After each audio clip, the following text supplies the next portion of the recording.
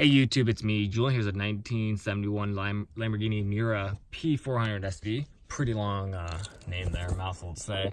There's the packaging art. There's the information if you want to pause and read that. Alright, set that aside. It's a new casting from Hot Wheels, very awesome. I think it's probably one of the best ones yet from the Hot Wheels ID series. So it's in the Spectre Flame like yellow or gold paint job. Got the details in there, the headlights, of course the taillights and whatnot. SV. It's a metal body, plastic base with these things.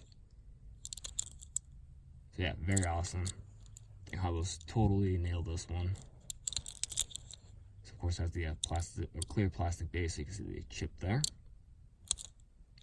Alright, so just show a few more times.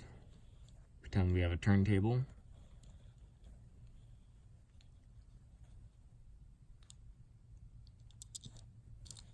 Alright, there you have it. Thanks for watching. Please check out my other videos and keep collecting.